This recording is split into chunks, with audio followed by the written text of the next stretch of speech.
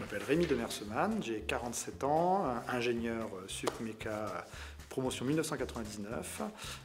Je suis entrepreneur, président d'une fondation qui s'appelle Fondation Oikos pour la RSE. Ça a été 3 années de découverte. J'ai découvert le métier d'ingénieur en mécanique. Puis ça a été 3 ans de découverte de Paris aussi.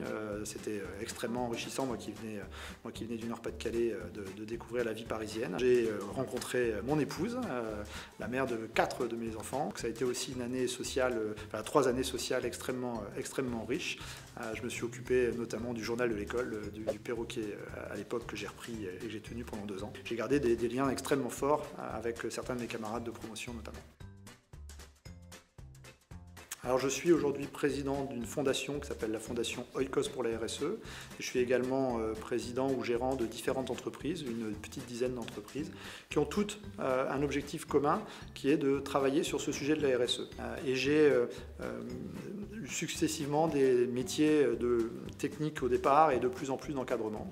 Je me suis retrouvé à encadrer d'abord d'un projet. J'ai été le plus jeune chef de projet système de frein monde chez Bosch, puis des équipes. J'ai été directeur d'agence dans le groupe Safran et j'ai ensuite été le directeur commercial d'une filiale du groupe CRIT. En parallèle de cette dernière expérience, j'ai eu l'opportunité de créer une petite entreprise. Quand ma fille est née, j'ai créé une crèche. J'ai fait prospérer pendant quelques années cette entreprise de crèche en parallèle de mon activité d'ingénieur. Et au bout de 10 ans, cette petite entreprise de crèche était le 5e acteur français avec 350 salariés et 40 sites en France. Et pendant ces années-là, j'ai travaillé sur la mise en place d'un certain nombre d'actions concrètes qui m'ont fait du bien à moi en tant que dirigeant, mais qui ont aussi fait du bien aux collaborateurs de l'entreprise et à l'entreprise elle-même, qui s'est retrouvée plus rentable que ses concurrents grâce à ça. On a mis en place la gouvernance partagée, par exemple. On a pris des décisions à 350. Et puis on a travaillé sur l'alimentation locale, sur la gestion de nos déchets et tout un ensemble de dispositifs qu'on appelle aujourd'hui des dispositifs RSE. Ça avait été assez compliqué à mettre en place à l'époque, mais quand à 40 ans, pour des raisons stratégiques, j'ai revendu mes actions de l'entreprise, je me suis retrouvé avec ce nouveau défi de rendre plus simple et plus accessible les notions de RSE à l'ensemble des entreprises de France ou du monde. Et donc j'ai décidé de créer une fondation pour ça, donc la fondation Oikos pour la RSE, et de créer successivement les différentes entreprises qui ont des activités utiles à cet objectif. Donc on a créé d'abord une cité de la RSE, qui sont devenues les cités de la RSE, qui sont des lieux d'inspiration sur le sujet de la RSE. On a créé ensuite un logiciel, on a créé wikirse.org, une encyclopédie collaborative, on a créé des formations, on a créé de l'accompagnement et plus récemment j'ai été amené à créer la fresque de la RSE sur le modèle de la fresque du climat qui se déploie un peu partout en Europe et qui commence à faire les traductions pour la déployer un peu partout dans le monde.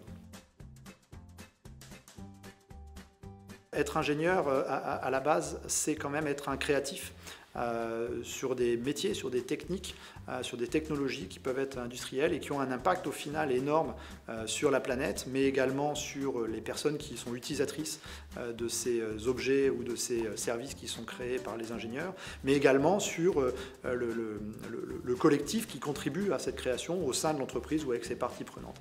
Et avec la RSE, on aborde cette question de parties prenantes et finalement, on met du sens dans l'activité du quotidien. Et on ne va pas se contenter de créer un outil, un produit ou un service, on va le créer avec une raison d'être. Si on veut réellement que les entreprises puissent évoluer et se transformer pour devenir plus durables et plus soutenables par rapport à la planète ou à notre société humaine, il faut faire ces évolutions-là. Et je crois vraiment que les ingénieurs de la jeune génération actuelle peuvent amener ce souffle-là. Et je crois vraiment que de permettre aux élèves ingénieurs de comprendre la notion de RSE de manière native permettra d'envoyer dans les entreprises cette capacité de transformation qui s'impose par rapport à nos enjeux planétaires.